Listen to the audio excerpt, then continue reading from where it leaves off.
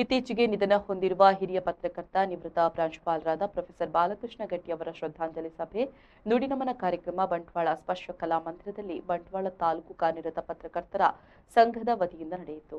ರಾಣಿ ಅಬ್ಬಕ್ಕ ತುಳು ಅಧ್ಯಯನ ಕೇಂದ್ರದ ಅಧ್ಯಕ್ಷ ಪ್ರೊಫೆಸರ್ ತುಕಾರಾಮ ಪೂಜಾರಿ ನುಡಿನಮನ ಸಲ್ಲಿಸಿ ತಾನು ಎಸ್ವಿಎಸ್ ಕಾಲೇಜಿನಲ್ಲಿ ಸೇರ್ಪಡೆಯಾಗಲು ಪ್ರೊಫೆಸರ್ ಗಟ್ಟಿಯವರೇ ಕಾರಣ ಎಂದು ಅವರೊಂದಿಗಿನ ಒಡನಾಟವನ್ನು ಸ್ಮರಿಸಿಕೊಂಡರು.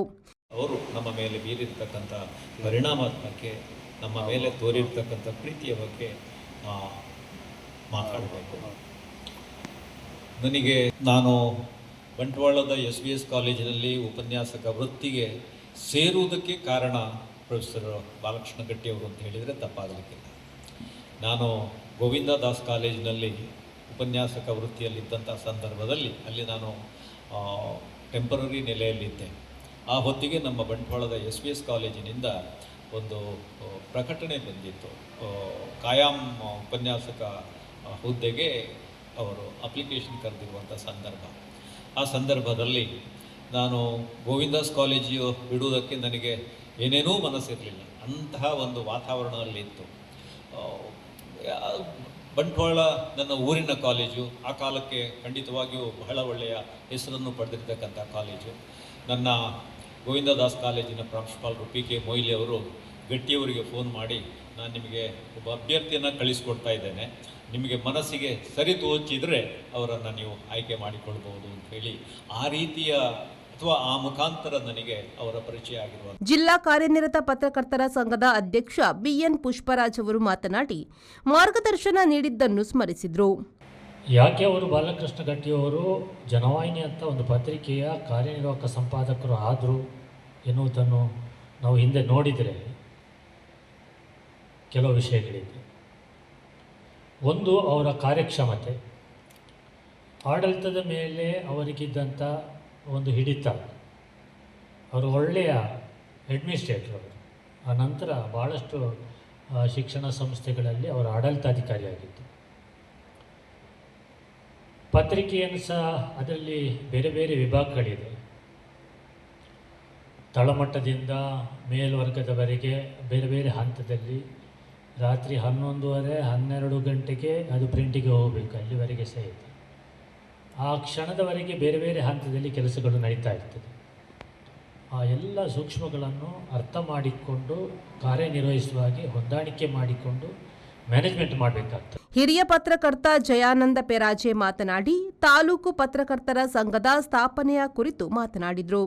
ಆರಂಭದಲ್ಲಿ ದಕ್ಷಿಣದಲ್ಲಿ ನವಭಾರತ ಪತ್ರಿಕೆ ಏನಿತ್ತು, ಆಮೇಲೆ ಉದಯವಾಣಿ ಬಂತು. ಆದರೆ ಅದಕ್ಕಿಂತ ಮೊದಲೇ ಇದ್ದಂತಹ ನಮ್ಮ ರಾಜ್ಯದ ಪ್ರಮುಖ ಪತ್ರಿಕೆ ಅದು ಪ್ರಜಾವಾಣಿ ಪತ್ರಿಕೆ, ಅದರ ಜೊತೆ ಕನ್ನಡಪ್ರಭ, ಇದು ಎರಡು ಪತ್ರಿಕೆಗಳು ಇಲ್ಲಿ ಹೆಚ್ಚು ಪ್ರಚಲಿತ ಆಗಿತ್ತು. 1986ಕ್ಕೆ ನಾನು ಪತ್ರಕರ್ತನಾಗಿ ಬೀಸರೊಳಗೆ ಬಂದಾಗ ನನಗೆ ಮಾರ್ಗದರ್ಶಕರಾಗಿದ್ದಂಥವರು ಬಾಲಕೃಷ್ಣ ಗಟ್ಟಿಯವರು. ನಾನು ಹೊಸದಿಗಂತಕ್ಕೆ ವರದಿಗಾರನಾಗಿ, ಆಗ ವರದಿಗಾರರು ಪತ್ರಕರ್ತರು ಅಂತೇಳಿ ಸ್ಟಿಂಜರ್ಸ್ ಎಲ್ಲ ಅವರೆಲ್ಲ ಇಡೀ ಬಂಟ್ವಾಳ ತಾಲೂಕಿಗೆ ಅವರೆಲ್ಲ ವಿಟ್ಲ, ಕನ್ಯಾನ ಮತ್ತು ಇಡೀ ತಾಲೂಕಿಯವರು ವರದಿಗಾರರಾಗಿದ್ದರು. ನಾನು ಕೂಡ ಇಡೀ ಬಂಟ್ವಾಳ ತಾಲೂಕಿಗೆ ವರದಿಗಾರರಾಗಿರುವಾಗ ಮುಖ್ಯವಾಗಿ ಬಾಲಕೃಷ್ಣ ಗಟ್ಟಿಯವರು ಪ್ರಜಾವಾಣಿ ಮತ್ತು ಡೆಕ್ಕನ್ ಹೆರಾಲ್ಡ್, ಹಾಗೆ ನಾರಾಯಣ ಭಟ್ ಅವರು ಕನ್ನಡಪ್ರಭ ಮತ್ತು ಇಂಡಿಯನ್ ಎಕ್ಸ್‌ಪ್ರೆಸ್‌ಗೆ ವರದಿಗಾರರಾಗಿದ್ದರು. ನಾನು ಬಂದಾಗ ನಾನು ಹೊಸಬ ಕ್ಷೇತ್ರಕ್ಕೆ. ಹಿರಿಯ ಪತ್ರಕರ್ತ ವೆಂಕಟೇಶ ಬಂಟ್ವಾಳ ಅವರು ಗಟ್ಟಿಯವರೊಂದಿಗಿನ ವೃತ್ತಿ ಜೀವನವನ್ನು ನೆನಪಿಸಿಕೊಂಡರು. ವಿದ್ಯಾರ್ಥಿಯಾಗಿ ಅವರೊಂದಿಗೆ ಆ ಕಾಲದಲ್ಲೇ ತುಂಬ ಒಡನಾಡಿಯಾಗಿದ್ದು. ಅವರು ಕೆಲವೊಂದು ಅಲ್ಲಿ ಚಟುವಟಿಕೆ ಆಗುವಾಗ ನನ್ನನ್ನೇ ಮೊದಲಾಗಿ ಕರೀತಾ ಇದ್ದರು.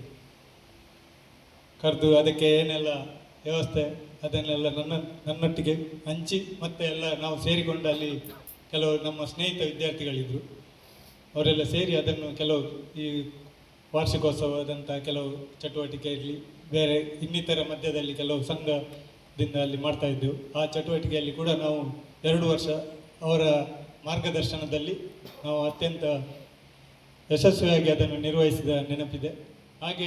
ಈ ಸಂದರ್ಭ ಎಸ್ವಿಎಸ್ ಕಾಲೇಜಿನ ನಿವೃತ್ತ ಪ್ರಾಂಶುಪಾಲ ಪ್ರೊಫೆಸರ್ ಪಾಂಡುರಂಗ ನಾಯಕ್, ಬಾಲಕೃಷ್ಣ ಗಟ್ಟಿಯವರ ಪುತ್ರ ಸುಕುಮಾರ ಗಟ್ಟಿ, ಬಂಟ್ವಾಳ ತಾಲೂಕು ಕಾರ್ಯನಿರತ ಪತ್ರಕರ್ತರ ಸಂಘದ ಅಧ್ಯಕ್ಷ ಪ್ರಶಾಂತ್ ಪುಂಜಾಲಕಟ್ಟೆ, ಕನ್ನಡ ಸಾಹಿತ್ಯ ಪರಿಷತ್ನ ತಾಲೂಕು ಅಧ್ಯಕ್ಷ ವಿಶ್ವನಾಥ ಬಂಟ್ವಾಳ, ಬೂಡಾ ಮಾಜಿ ಅಧ್ಯಕ್ಷ ಸದಾಶಿವ ಬಂಗೇರ, ಜೆಸಿಐ ಬಂಟ್ವಾಳದ ಅಧ್ಯಕ್ಷ ಕಿಶೋರ್ ಕುಮಾರ್ ಆಚಾರ್ಯ, ಪತ್ರಕರ್ತರಾದ ರತ್ನದೇವ್ ಪುಂಜಾಲ್ಕಟ್ಟೆ, ವಾಮನ ಪೂಜಾರಿ, ಯಾದವ ಕುಲಾಲ್ ಮತ್ತಿತರರು ಉಪಸ್ಥಿತರಿದ್ದರು. ತಾಲೂಕು ಸಂಘದ ಕಾರ್ಯಕಾರಿ ಸಮಿತಿ ಸದಸ್ಯ ಮೌನೇಶ ವಿಶ್ವಕರ್ಮ ಕಾರ್ಯಕ್ರಮವನ್ನು ನಿರ್ವಹಿಸಿದರು. ಜಿಲ್ಲಾ ಸಂಘದ ಕಾರ್ಯಕಾರಿ ಸಮಿತಿ ಸದಸ್ಯ ಸಂದೀಪ್ ಸಾಲ್ಯಾನ್ ವಂದಿಸಿದರು. ಸಂದೀಪ್ ಸಾಲ್ಯಾನ್, ವಿ4 ನ್ಯೂಸ್, ಬಂಟ್ವಾಳ.